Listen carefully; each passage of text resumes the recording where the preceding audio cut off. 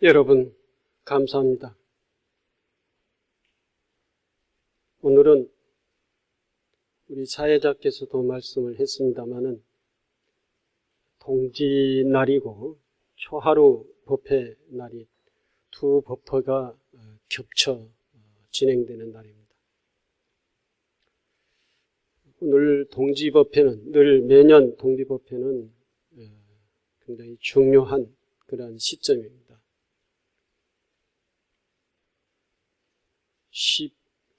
12월 22일이 매년 동지날이죠. 그래서 12월 말 이쯤이면은 올 한 해도 이제 다 지나가는 며칠 남지 않는 그러한 시점입니다. 때문에 우리 모두가 각자 또는 단체, 국가 모두가 다 이 시점에 아주 중요한 그러한 시점이라고 생각됩니다. 한 해를 살아왔던 것을 되돌이켜보고 성찰하고 그리고 그것을 다시 평가하고 그 평가 토대 위에서 새해를 살아야 될 설계, 사업계획 또는 각자 개인의 삶의 계획을 세우는 그런 시점입니다. 그래서 지금 이 시점은 훌훌 털어버릴 그리고 새롭게 원력을 세우는 그러한 시점입니다. 한 해를 어떻게 살아왔던가 되돌이켜서 반성하고 얼마나 우리가 성장하는 해였던가 이러한 것들을 점검을 해봐야 한 시기입니다. 지난 한 해도 우리 불광은 열심히 정진을 해왔습니다. 사찰도 그렇고 법회도 그렇고 또 우리 불광의 각 구법회, 법 등 각 조직, 산하 조직이 다 열심히 살아왔던 한 해였습니다. 불광 산하에 있는 기구도 시설들도 열심히 일을 해왔습니다. 불광 유치원도 그리고 어린이집도 요양센터도 그리고 출판사, 교육원 이러한 산하시설들에도 전법을 위해서 열심히 살아왔습니다. 고민하고 노력하고 그리고 원력을 새로이 하고 이러면서 한 단계 한 단계 성장해 오는 그러한 과정들이 한 해였지 않나 하는 생각을 합니다. 여기서 우리는 우리의 개인의 성장은 얼마나 됐는가 한번 돌이켜 확인해 봐야 될 그러한 시점입니다. 열심히 정진을 해왔나? 정진 속에서 성장을 했나? 조금 내가 달라졌는가? 이러한 것들을 점검을 해야 됩니다. 그러한 점검은 월말, 연말만 하는 게 아니라 늘상 나의 수행정진의 점검은 해야 되는 것입니다. 그래야 늘 신심을 잃지 않고 원력을 놓지 않고 원력을 가지고 신심을 가지고 정진하고 성장하는 그러한 삶이 될 겁니다. 올 한 해도 적지 않은 그러한 성과 이러한 것들을 우리가 점검을 하고 확인한 그래서 내년에는 그러한 토대 위에서 우리가 살아가야 될 그러한 정진의 계획을 각자가 세워야 될 것입니다. 오늘은 동지날이기 때문에 동지 얘기를 하게 좀 해보겠습니다. 동지에 대해서는 여러분들이 너무나도 잘 알기 때문에 자세한 설명을 굳이 할 필요도 없으리라고 생각을 합니다. 올해는 동지가 애동지라 그럽니다. 애동지. 아기동지다 그럽니다. 아기동지 때는 집에서 팥죽을 쑤어서 먹지 않는다. 그런 이야기가 있죠. 근데 그런 얘기는 어떠한 근거에 의해서 만들어진 얘기, 좀 흑대된 얘기일 뿐이지, 그것은 전혀 동지 팥죽과 애동지와는 또 동지, 본래 또 동지, 애동지 하면은 동지하고 동지 팥죽 끓여 먹고 끓여 먹지 않는 거하고는 전혀 상관없이 가도 무방합니다. 그렇기 때문에 그런 필요는, 걱정할 필요는 없습니다.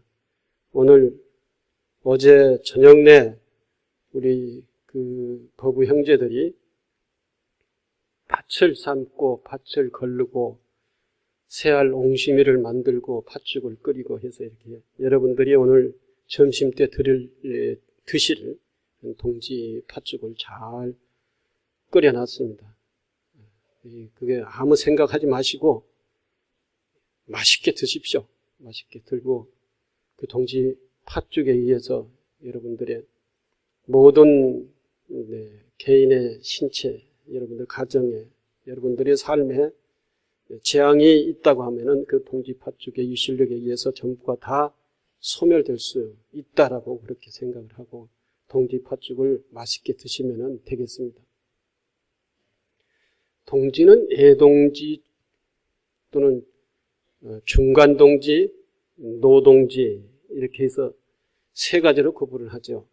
세 가지를 구분하는 것은 11월 달에 동지라고 그러죠. 음력 11월 달에. 그래서 올해가 윤달이 들은 해기 때문에 윤달이 들은 해는 늘 애동지라고 그럽니다. 왜 그러냐면은 11월 달 초순에 드느냐 중순에 드느냐 말에 들으냐에 따라서 애동지, 중동지, 노동지 이렇게 구분을 하거든요. 월 초순이라고 하는 것은 1일부터 10일까지 월 초순이라 그럽니다.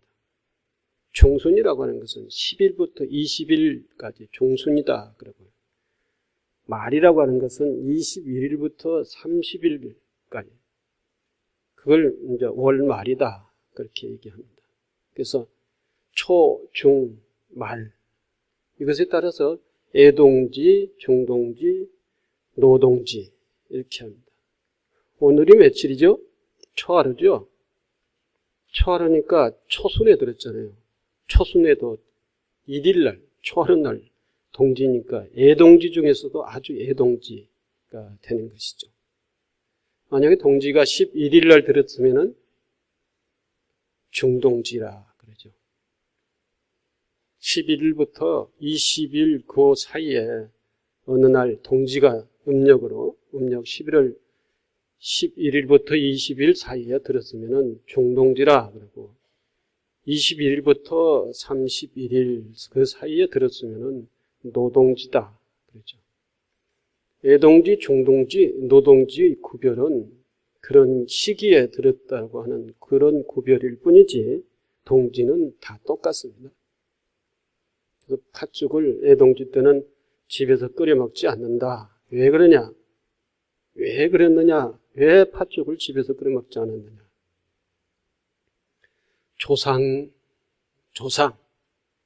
조상신도 영가입니다. 영가.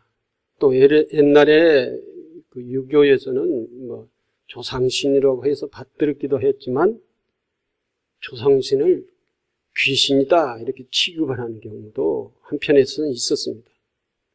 그래서 귀신 하면은 별로 좋지 않는 존재 역할로서의 생각을 했었던 것이죠.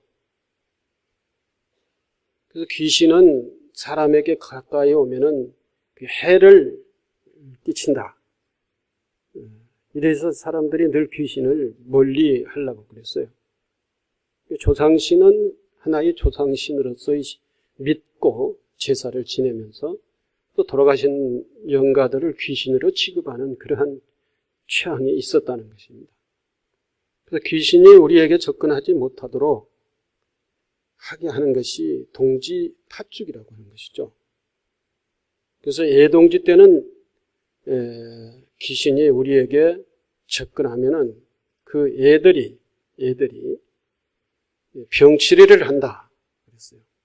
귀신이 우리에게 접근하면 병치레를 한다. 그렇기 때문에 애동지 때는 팥죽을 집에서 끓여 먹기도 하고 그랬었는데 팥죽을. 그런데 그 팥죽 끓여 먹는 이유가 그건데 애동지 때는 조상신이 와가지고 우리 애들을 잘 보호를 해줘야 되는데 이 팥죽을 끓여가지고 집안에다 뿌리고 그렇게 하게 되면은 그 조상신이 우리 집으로 각자의 집으로 오지 못한다는 것입니다. 그러니까 팥죽을 끓이지 말아라. 팥죽은 액난을 물리치는 그러한 역할을 하기 때문에 팥죽을 끓이지 말아라 그렇게 얘기를 한 것이에요. 근데 팥죽이 귀신을 물리치고 불교의 입장에서 보면 귀신이 뭡니까? 액난 잡기를 귀신이라고 그러는데 불교에서는 모든 먼저 돌아가신 분은 우리의 선조, 조상신이라고 그렇게 하죠. 그래서 조상신을 효성스럽게 모시는 그러한 사상이 불교의 또한 중요한 사상입니다. 조상신, 조상, 어른 이러한 분들을 존중하고 모시는 것이 불교의 윤리인데 동짓날 그러한 조상신을 쫓아내기 위해서 동지 팥죽을 먹는다. 이것은 불교의 입장에서 맞지가 않아요. 그러니까 조상신을 얘기를 하는 게 아니고 잡기라고 하는 것을 얘기를 하는 것이죠. 잡기는 액난은 어두움을 얘기하는 것입니다. 어두움을 얘기하는 거고 어두움은 고통을 얘기하는 것이에요. 어두움과 고통 그리고 잡기, 액난 이런 것은 같은 것이죠. 이것을 밝히고 물리치려면은 밝은 것이 필요한 것이죠. 밝은 것. 그래서 팥은 밝음을 의미합니다. 양을 의미하는 것이죠. 그래서 양을 의미하기 때문에 어두움을 물리친다. 고난, 액난을 물리친다. 라고 하는 그런 의미가 있었던 거예요. 그리고 또 다른 의미도 있습니다. 영양에 관련된 영양 공급이라고 하는 그런 관련된 것도 있지만 그러한 의미를 가지고 있었다라고 하는 것입니다. 근데 그런 하나의 의미로서의 우리 동지의 풍속들이 많이 생기게 되죠. 이 동짓날은 언제가 동짓날이라고 하냐면 태양이 남방 선에 제일 마지막 선에 걸려 있을 때 그 날을 동짓날이라고 합니다. 태양이 지구를 향해서 북쪽으로 남쪽으로 왔다 갔다 하면서 이렇게 지구를 한 바퀴가 돌지요. 태양이 도는 게 아니라 지구가 도는 것이지만 돌 때에 이게 지구가 도는 그것에 의해서 이 태양이 남쪽, 북쪽으로 올라갔다 내려갔다는 거예요. 그러니까 지구축이 이제 이렇게 움직이게 되는 것이죠. 근데 우리 지구라고 하는 입장에서 보면은 태양이 북쪽으로 갔다 남쪽으로 갔다가 이렇게 하는 것이죠. 그때 그게 남반구 선의 남측에 태양이 위치했을 때는 동지라고 그럽니다. 그리고 북반부의 북측에 태양이 위치했을 때는 하지라고 그러죠. 하지. 동하, 동지, 하지라고 그렇게 합니다. 그래서 남반부 최하에 태양이 위치했을 때는 뭐가 제일 길어요? 밤낮 중에? 밤이 제일 긴 날. 그래서 음이 제일 성한 날, 어두움이 성한 날 이렇게 얘기를 합니다.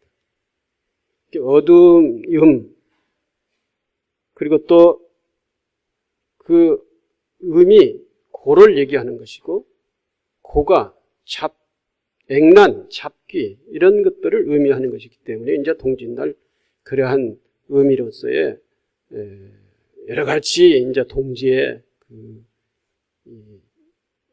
민속의 풍습이 이제 행사 그런 의미로서 이 행사를 많이 하게 됩니다. 그러니까 음을 몰아내고 양, 어둠을 몰아내고 밝음 이렇게 해서 이날을 태양신을 믿던 그러한 시대, 그런 민족, 이런 민족들은 태양의 축제를, 태양신을 믿던, 왜냐하면은 태양이라고 하는 양이 아주 낮아질 대로 낮아졌다가 다시 부활하는 날, 다시 이제 태양 밝음이 많아지기 시작하는 날, 이런 날이 동짓날이기 때문에 밤이 제일 길다가 낮이 이제 차차 이제 길어지는 그러한 그 날을 태양의 부활의 날이다 해가지고 저 서양의 어떠한 민족들은 태양신을 믿는 그런 민족들은 태양의 부활의 날을 태양신에 대한 축제를 했어요.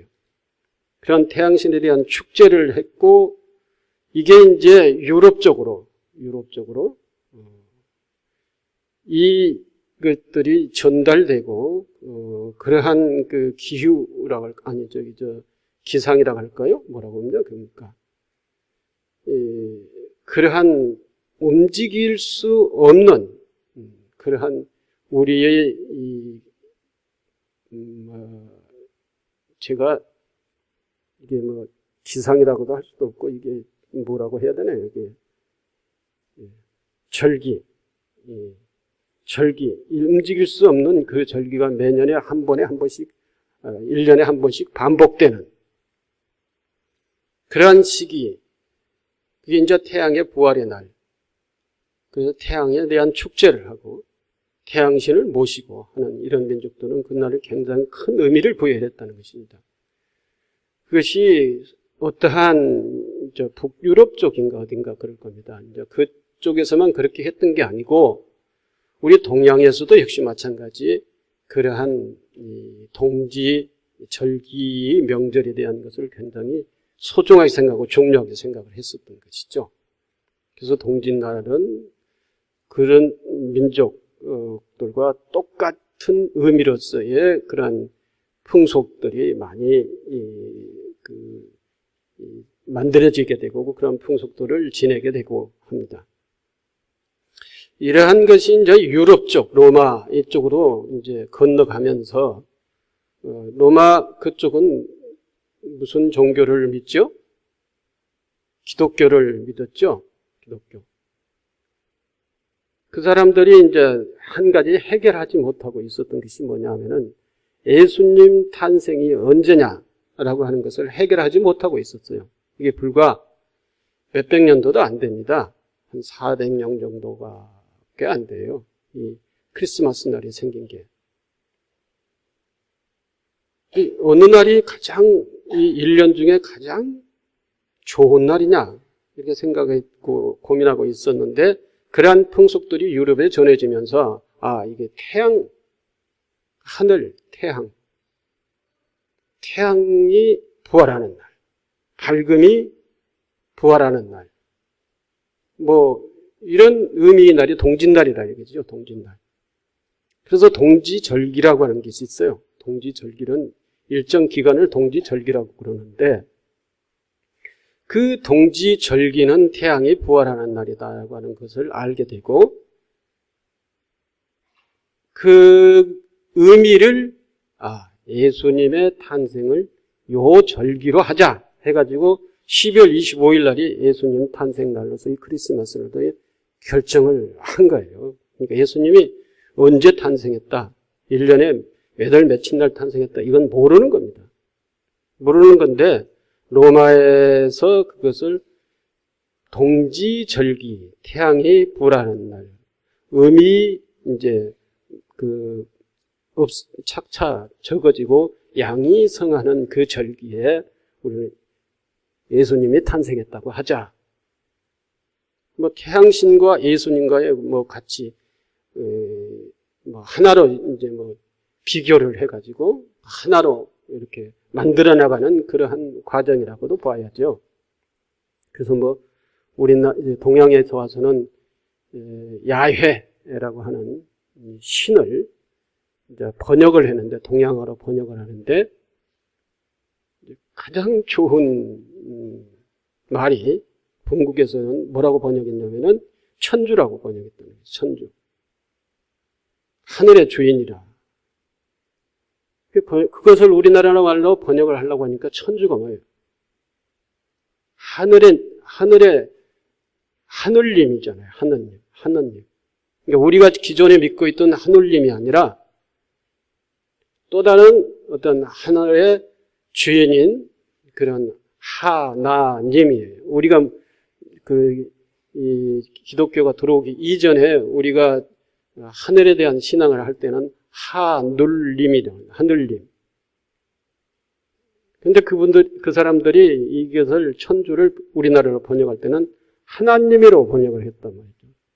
그러니 하늘을 전부 다 장악해 버린 것이죠. 번역 하나 가지고. 이제 그것에 대해서는 그렇다는 것이고, 이만큼 모든 지구상의 민족들이 동지절기를 의미 있게 생각을 했다라고 하는 것입니다. 그래서 여러분들도, 우리 민족도 그 동지절기를 새로운 출발의 시기다 해서 아세 작은 설이라고도 그랬죠. 이 신앙이 지금까지도 쭉 이렇게 내려오면서 이제 불교라고 하는 종교하고 같이 만나면서, 불교는 동기절기 때 저런 모여서 기도하고 발언하고 하는 동지법회를 하게 됐습니다. 사실 오늘 동지시는 8시 반인가요? 38분인가요? 동지가 들어오는 그 시는 그 시입니다. 그 시에 동지불공을 해야 된다, 뭐 이렇게 얘기를 하는데, 우리는 부처님에게 공양을 올리는 그 시간이 제일 중요한 시간이죠. 그게 4시죠. 부처님은 하루에 한 끼만 드셨기 때문에 하루에 한 끼, 이 시간에는 부처님에게 공양을 올리는 시간이에요. 부처님께 공양을 올리는 시간에 이제 부처님을 만날 수 있지 않습니까? 공양을 올리는 이 의식 속에서 부처님을 만날 수 있으니까, 그때에 8시 반이 아니라 4시에 부처님께 공양을 올리고 부처님께 기원을 드리고 축원을 하고 이렇게 동지 기도 법회를 하는 것이 이제 불교식이라 이런 것입니다. 절에 와가지고 8시 반에 불공해 주세요. 동지 불공해 주세요. 이렇게 하면 다른 절에서는 다 해주는데 불광사에서는 그거 안 합니다. 10시 반에 합니다. 이렇게 얘기를 하지요. 그래서 11시 반부터 기도하고 불공 법회를 하는 것이 이제 4시에 하는 것입니다. 근데 부처님은 내가 생각을 해봐도, 만약에 부처님이 시공을 초월하신 분이 아니시다면 굉장히 바쁘신 분이셔야 될 것 같아요. 네. 맨날 시도 때도 없이 공양을 올리고 뭘 해주십시오 하니까 여기도 가야 되고 저기도 가야 되고, 이 사람의 말도 들어야 되고 저 사람의 말도 들어야 되고 다 들어줘야 하는 것이죠. 얼마나 바쁜 분이겠습니까? 그러니까 여러분들도 기도도 해도 시공을 초월하신 법신 불이기 때문에 그걸 다 어느 때에서든 어느 때든 어느 곳에든 시공을 다 초월해 계시고 시공을 초월해서 계시기 때문에 어느 때 어느 곳에든지 누가 하든지 간에 그걸 다 받아들일 수 있지만, 만약에 시공을 초월하지 않는 우리라고 한다면 얼마나 바쁘겠습니까? 얼마나 골치 아프겠어요. 또 이것저것 뭐 되지도 않는 것을 얘기해 드려달라고 하고 되는 얘기도 들어달라고 하고 그러는데 그걸 다 자비스럽게 수용을 하려면 얼마나 바쁘겠어요. 비행기를 타고 다녀도 더 바쁘겠죠. 근데 부처님은 형상을 초월하고 시공을 초월한, 시간과 공간을 초월한 그러한 부처님이기 때문에 어느 때 어느 것이든지 어느 누구하든지 무엇을 요청을 하든지 간에 다 자비로서 섭수를 하시는 분이 부처님이십니다. 동지 팥죽이 그만큼 효용이 있다. 효용. 근데 과학적으로 그것이 이제 또 증명이 된 것이 어떤 모든 신앙적으로도 효험이 있다. 그런 것이 아니라 실제 우리의 그 생체상에 영양으로 보더라도 옛날에 그 사람들이 제일 무서워한 건 뭐야? 역병이죠. 전염병. 그 질병이지 않습니까? 이 질병의 고통이 제일 큰 고통이에요. 질병의 고통이 큰 고통이었기 때문에 시대별로 보면은 부처님을, 대웅전에 부처님을 모시는 주불이 달라집니다. 주불이 달라져요. 6.25 시대, 6.25 조선조 6.25, 임진왜란, 외란, 화란. 외란은 일본 사람들이라고 하면 그렇게 일본 놈들이라고 그러지. 왜? 일본이라고. 외란, 일본이 쳐들어왔을 때를 외란이라고 하고, 호란이라고 하는 것은 누구예요? 오랑캐를 그들이 쳐들어왔을 때 호란이라고 그러죠. 그러니까 저 북쪽에서, 중국 쪽에서 이렇게 치고, 전쟁을 일으키고 치고 들어오는 그 난을 호란이라고 그러죠. 그래서 외란을 막기 위해서는 남한산성에 상을 썼고, 호란을 막기 위해서는 북한산성에 상을 쌓는 것이 우리 조선조의 수도권 방위 이 전략이었어요. 근데 이 외란, 임진왜란이라고 그러죠. 일본 사람들이 우리나라를 엄청 쳐들어와서 사람들을 괴롭히고 뺏어가고 그랬습니다. 최근까지 이번 20세기까지. 그래놓고 지금도 저 못된 짓을 하지 않아요? 그래놓고 지들이 우리를 미워한대요. 3명 중에 2명은 우리를 싫어한대요. 지들이 우리를 싫어할 이유가 없어요. 우리가 지들을 싫어하면 싫어해야 되지. 적반하장이다 라고 얘기할 수 있는데, 어쨌든 외란 때, 호란 때 무슨 부처님이 대웅전의 주불로 모셔졌냐면 아미타불입니다. 아미타불은 사람이 죽었을 때 극락을 가도록 하게 하는 그 주불이 아미타불이잖아요. 전쟁할 때 사람이 얼마나 많이 죽습니까? 또 전쟁하면 사람이 많이 죽기 때문에 역병이 또 일어나지 않습니까? 그 역병, 전쟁으로 해서 사람이 엄청 죽게 되는 것입니다. 이때에 최고의 고통이라고 하는 것은 역병과 전쟁, 환란에 의해서 죽음의 고통이 최고의 고통이었어요. 그래서 그 죽음의 고통, 죽음의 문제, 이 고통, 병들어서 있는 문제, 이 병의 고통, 이것이 최고의 고통이었기 때문에 그 고통을 치유할 수 있는 부처님은 아미타불이다.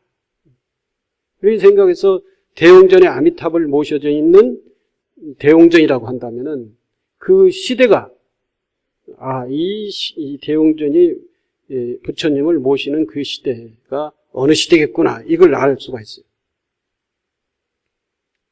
또 이제 보면은 석가모니불, 아미타불, 약사열애.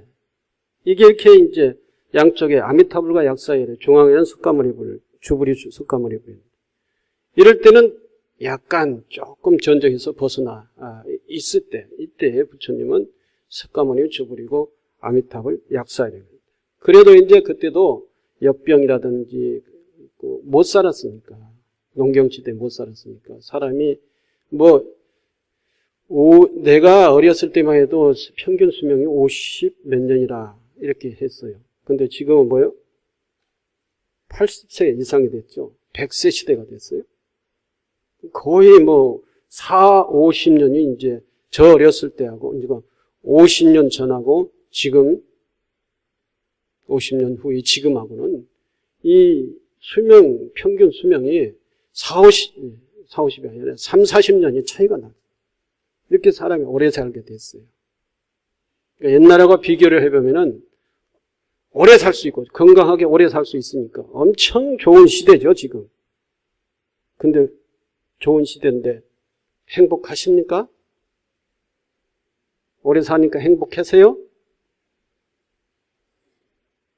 행복하다고 말은 못해. 지금은 고통이니까. 고통스러우니까. 옛날하고 비교를 하면 어때요? 그래도 말 못해. 옛날이 좋았다고는 절대 말 못하지. 지금이 좋아요. 이 말도 잘 안 나와. 지금도 고통스러우니까. 어쨌든 그러한 그 전쟁과 역병에 의해서 막 죽어나가는 그런 시대가 아닌 조금 이제 여유가 있는 시대에는 석가모니를 주부리고 아미타불과 약사이다. 그때도 이제 사람이 병들고 죽어가는 것이 제일 큰 고통이었다. 그래서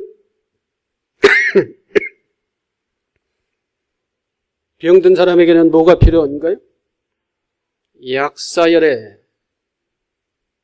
이분이 약을 가지고 치료를 해야 되잖아요. 그래서 약사열애가 대웅전에 좌우 보처가 됐다는 거죠. 약사열애가 치유하다가 그래도 안 되고 죽으면은 그 다음에 누가 책임해요? 극락세계 죽음의 세계 이유를 되니까 아미타불이 책임이죠. 현세는 석가모니불이 책임지는 거예요. 그래서 잘 이렇게 태어나서 잘 젊게 잘 건강하게 잘 살 때, 또 늙어가지고 아플 때, 늙어서 아파서 이제 죽을 때, 이 세 부분으로 나눠가지고 석가모니불과 약사열애불과 아미타불이 이제 이 중생들의 고통을 치유를 한다. 이 문제에 대응한다. 해가지고 주불 석가모니불 그리고 좌우 부처님으로서의 약사열애불 아미타불 이렇게 했어요. 그러다가 나중에는 이제 이렇게 하다가는 대웅전에는 석가모니 부처님이고 그거 좌우 보처를 이제 보살로 모시고 그다음에는 약사열애불과 아미타불은 따로 모시자 이렇게 돼가지고 아미타전과 약사전 따로 생기죠.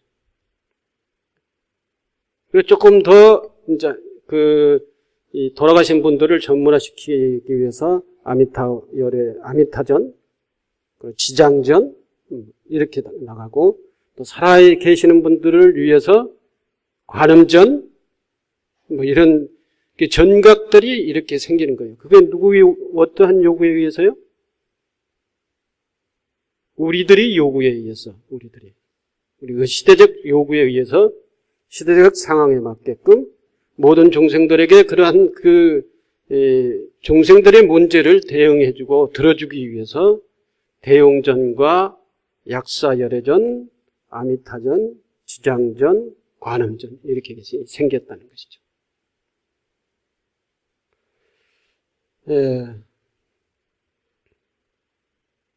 오늘 동짓날이니까 동짓팥죽이에요. 무슨 의미가 있느냐라고 하는 것은 여러분들이 너무 잘 알기 때문에 생략을 하겠습니다. 근데 이 동짓팥죽이 효력이 있다. 역기를 물리치는 역할을 한다. 뭐 그렇게 다 믿습니다. 여러분들 동짓팥죽만 그렇게 믿는 게 아니라 여기 동짓팥죽 안 믿은 사람들 여기 동짓날 왔어요? 안 믿고 온 여가요. 어제가 동짓날이고 오늘이 일요일이라고 했다면은 이렇게 많이 왔을까? 아마 텅텅 비었을 거예요. 일요일.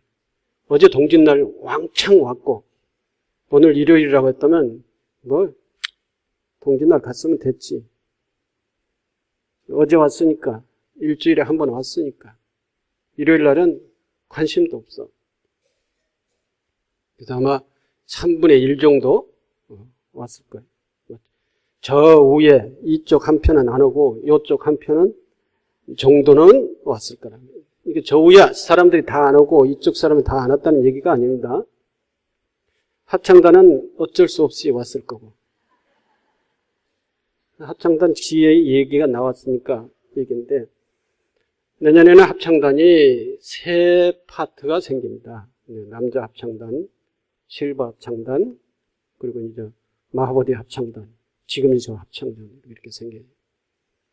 그래서 지휘자도 2분, 반주자도 2분 이렇게 해서 이제 연습도 하고 그렇게 법회에 합창도 할 겁니다. 그래서 마하보디 합창단이 조금 이제는 계속 법회 때마다 계속 나와서 바빠고 계속 나오려면 연습도 많이 해야 되고 이렇게 굉장히 바빴는데 이제는 한두 법회는 이제 남성 합창단, 실버 합창단에 이렇게 뭐 양보라고 할까요? 그 합창단이 책임을 맡아주니까 조금 시간이 나겠죠. 시간이 나면 열심히 연습을 해야 되는데 시간 나면은 놀아버리니까 이게 또 수준이 떨어질 염려가 있을 수도 있어요. 이게 잘 해야 돼. 잘 관리를 해야 됩니다. 어쨌든 지난 1년 동안 우리 합창단의 단장님을 비롯해서 그 임원들이 2년 동안 임기가 이제 끝나고 새로 이제 그 단장 또는 임원들을 구성을 해가지고 내년에 새로 출발을 하게 되는데 지난 2년 동안 참 40주년, 올해가 40주년이고 작년에는 그 준공 행사를 했죠.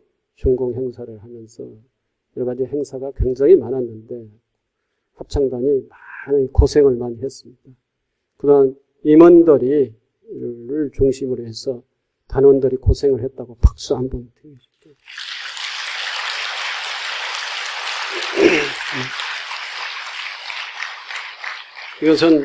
이것은 1호와 그리고 앞으로 더 잘하라고 하는 그러한 의미가 있다라고 하는 것을 말씀드립니다. 빨리 끝나고 동지 팥죽을 먹어야겠죠? 근데 중요한 얘기가 덜 끝났습니다. 그래서 조금만 더 얘기하겠습니다. 동지 팥죽이 효험이 그렇게 있다라고 하는 것입니다. 그 효험에 대한 구체적인 얘기는 여러분들이 그 믿음으로서의 그 효험에 대한 믿음이 있었기 때문에 구체적인 설명은 안 드리겠고, 또 믿는 것이 있어. 여러분들이 믿는 게 그 효력이 있다 하고 믿는 게, 모든 재앙을 물리쳐 줄 수 있는 효력이 있다 하고 믿는 게 뭐예요? 얼마 안 있으면은 정초가 되지요. 정초가 되면 정초 기도도 하고, 정초의 또 기도 속에서도 빼놓을 수 없는 것이 뭐예요? 1년 운세 치는 거예요. 운세 보는 거. 그리고 1년 운세에 따라서 거기에서 부적 쓰는 거. 이게 이제 한 달 후에 가면은 그게 다 이제 열심히 쫓아다닐 건데, 부적이 효험이 있다 해서 뭐 부적을 3만 원 주고 사고, 또 어떤 사람들은 100만 원짜리 부적도 있다고 그래요. 100만 원짜리 돈이 많으면 많을수록 효험이 있다 이렇게 생각을 하시는 거예요. 특별히 부적을 써준다 하는 그런 사람들도 있어가지고 매년 가는 사람도 있습니다. 알아서 하세요. 그것은 제가 가지 말라 가라 이렇게 얘기를 한다고 해서 여러분들이 내 말 들을 사람들이 아니기 때문에 그것은 제가 뭐 하고 어쩌려하고 이게 포기하겠습니다. 포기하겠는데, 그러나 부처님의 제자들의 입장에서는 더더욱 훌륭한 효험이 있는 것이 있다. 그것을 말씀을 드려야죠 하는데, 그게 뭐냐? 마하반야 바라밀이다. 마하반야 바라밀. 마하반야 바라밀은 부처님을 탄생하는 불모라 그랬어요. 그게 얼마나 큰 효험이 있습니까? 부처님을 탄생하게 하는 불모다. 마하반야 바라밀, 반야 바라밀이라고 하는 이 지혜, 최고의 지혜를 완성하는 자만이 부처가 된다 그랬어요.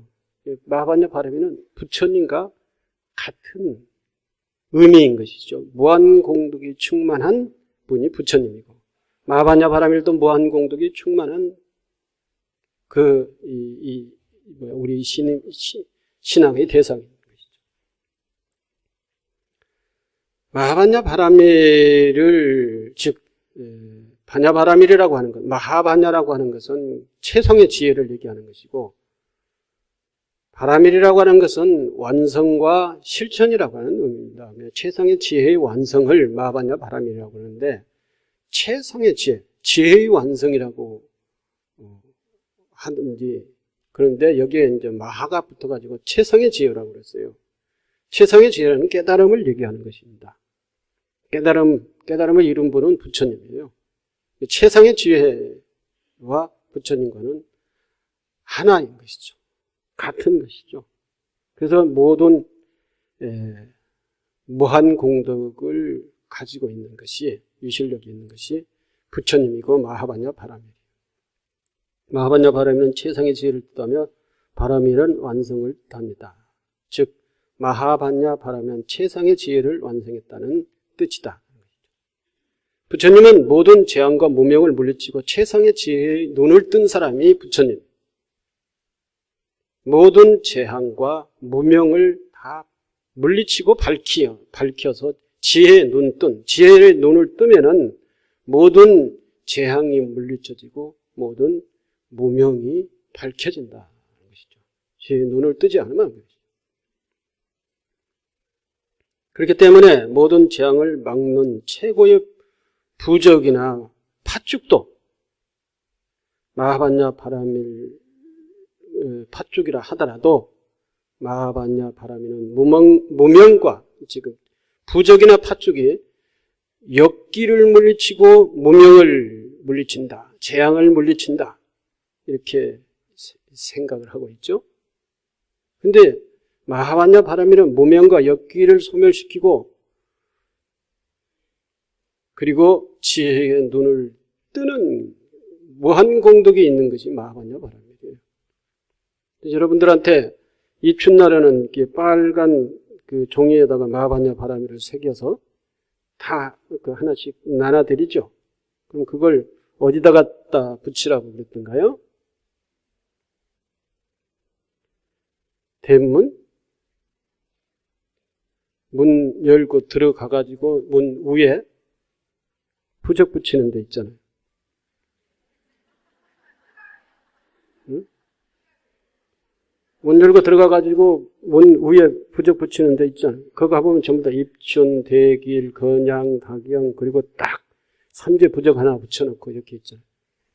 8팔째로 입중, 대길, 건양, 닭영, 그리고 가운데다가 부적, 삼재 부적. 뭐 또 사람에 따라서 다 부적이 다 다를 것이고, 이렇게. 이제 그런 사람들은 전부 다 불자. 이렇게. 그게 싹 없고 십자가 붙어 있는 것은 다른 종교로 표시해요. 절대 다른 종교인들은 그 부적, 입춘, 대길, 건양, 닭영 갖다 붙여놓지 않습니다. 불자와 무종교만이 갖다 붙여놔요. 그래서 부적에 붙어 있는 집 이렇게 딱 보면은 친근감이 있어요. 그게 없으면은 도대체 뭘까 하고 굉장히 궁금해요. 그렇게 하는데 우리는 최고의 지혜의 완성, 즉 지혜의 눈을 뜨자라고 하는 것입니다. 불광은 지혜의 눈을 뜨고 지혜스럽게 살자. 지혜스럽게 삶 속에서 모든 재앙과 무명을 걷어내자. 이게 이제 우리의 삶의 방식 아니에요? 우리 불광의 삶의 방식이 그렇다는 것입니다.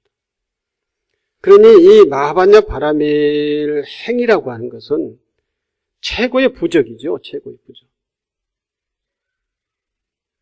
그것도 이 눈으로 볼 수 있는 모습으로 이렇게 어떻게 방법을 취하겠다 그러면 마하반야 바라밀의 빨간 그 표지를 거기다 갖다 붙이란 말이죠. 그것도 안 되면은, 그것도 부족하면은 2장, 3장 가지고 가서 어디다가 붙여요?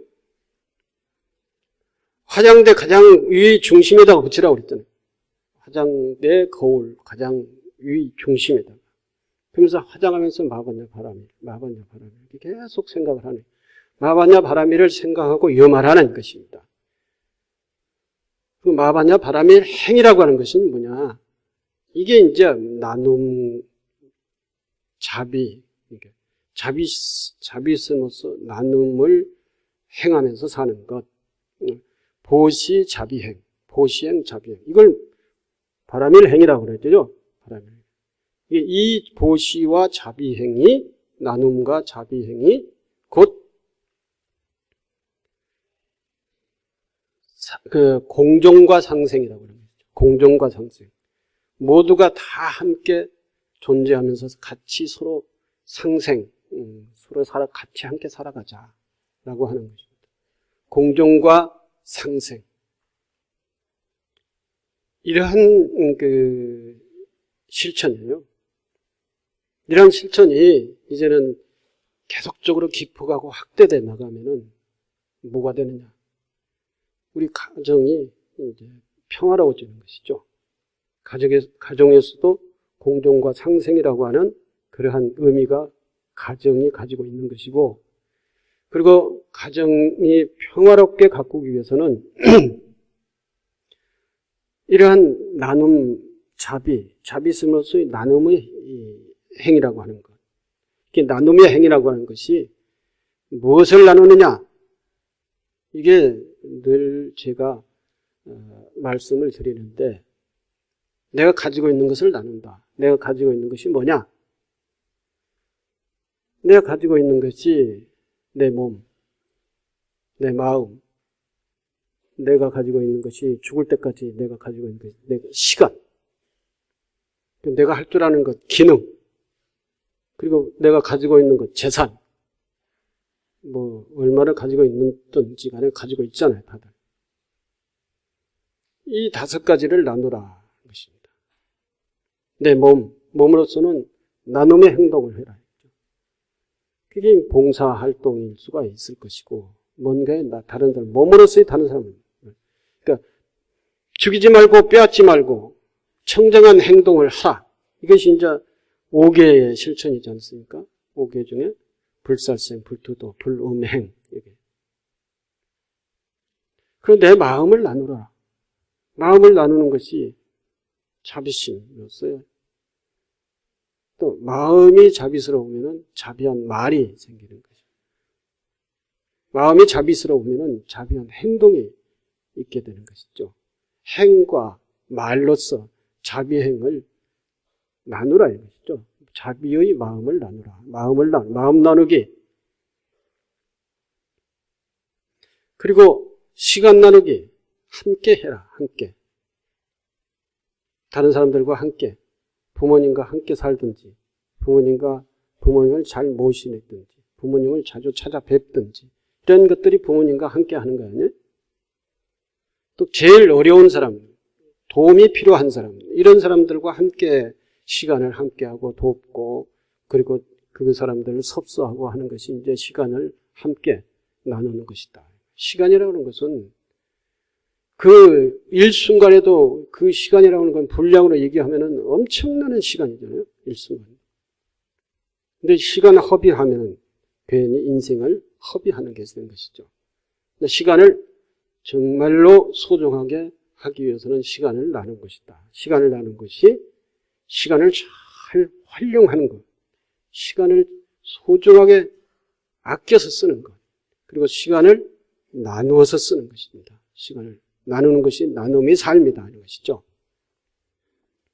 그리고 기능, 내가 할 수 있는 것, 봉사를 잘한다, 밥을 잘한다, 말을 잘한다, 또는 내가 무슨 법률가로서의 전문가다, 또는 무슨 기술을 가지고 있다, 이러한 기능이 다들 있을 겁니다.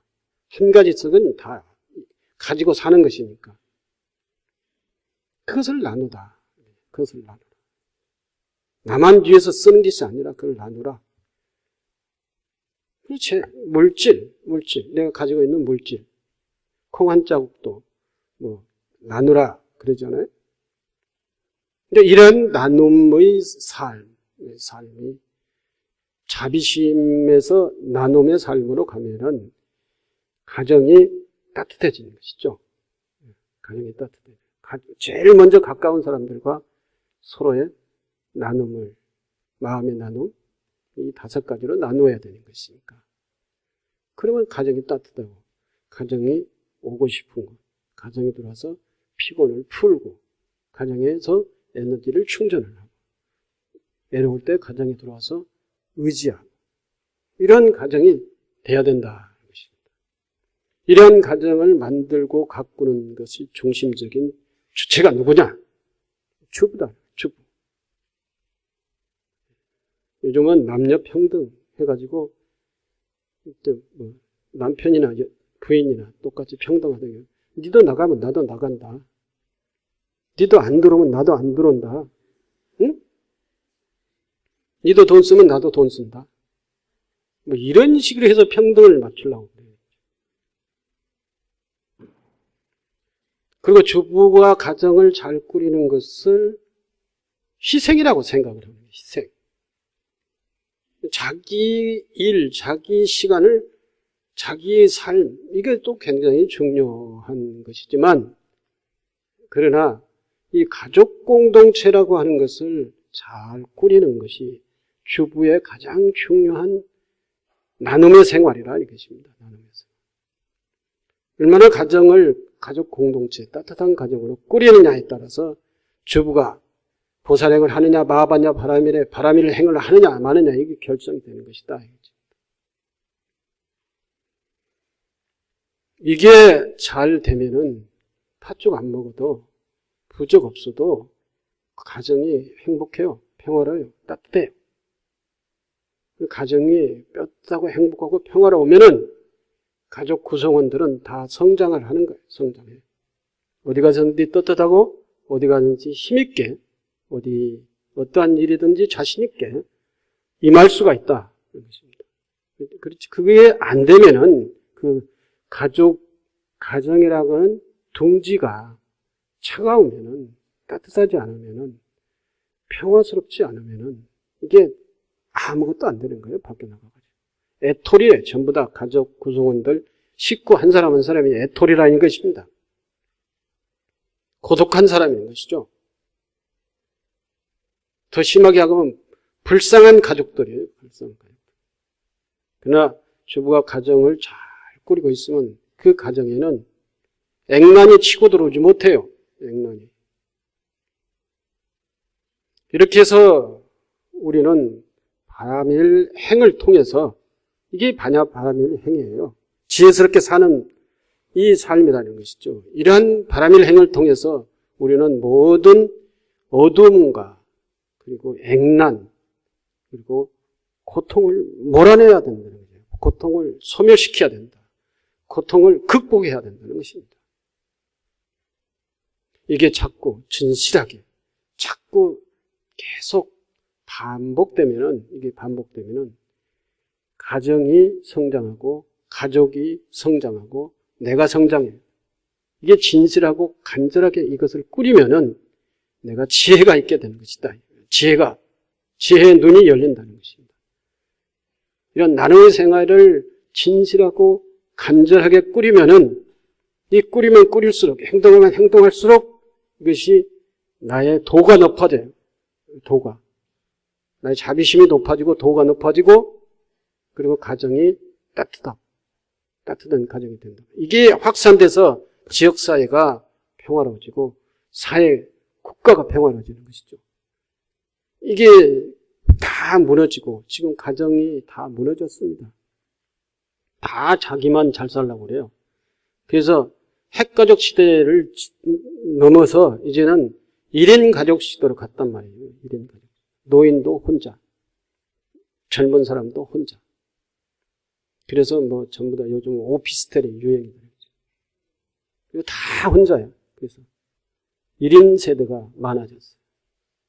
1인 세대가 많아져가지고 이제 다른 사람이 안 보이는 것이죠. 누구에게도 터치 안 받고 이게 자기 혼자 자유스럽게 살려고 그래요. 이게 무엇 때문에 그러냐? 개인 이기주의 때문에 그렇다는 것입니다. 개인 이기주의. 개인 이기주의를 버리는 것이 가정을 평화롭게 꾸릴 때 그것이 개인 이기주의를 버려요. 그런 가정에서 자라난 자식이 이후의 자기 가정도 평화롭게 꾸릴 수 있는 그 체질을 가지고 성장하게 되는 것이다. 이게 제일 효험 있는 부적이다. 이게 바라밀 행을 통해서 이루어지는 것이다. 바라밀 행은 곧 지혜의 행이고 바라밀 행이 곧 깨달음으로 가는 길이다. 행복으로 가는 길이다. 라고 하는 것을 우리가 생각을 두고 살지 않으면 이게 팥죽을 100그릇 먹어봤던 우리 300만 원짜리 부적을 써가지고 가지고 붙여봤던 아무 쓸데없는 것입니다. 쓸데없는. 어떤 팥죽이 좋다고 하니까 맛있게 끓여놨으니까 가서 잘 드시고 바람의 행을 열심히 해서 가정을 잘 꾸리시고 건강하고 100세까지 살라고는 얘기하고 싶지 않습니다. 적당할 때 죽으세요. 우리 노인 요양원에 100세 이상 사는 사람들이 한두 명밖에 안 돼요. 근데 그 100세 이상 사는 사람들이 제정신을 가지고 사느냐? 그냥 연명. 적당할 때, 건강할 때 죽어야지, 건강하지 않고 계속 연명하면 그것도 고통이에요. 고통. 적당할 때 죽으세요. 네, 수고하셨습니다. 네.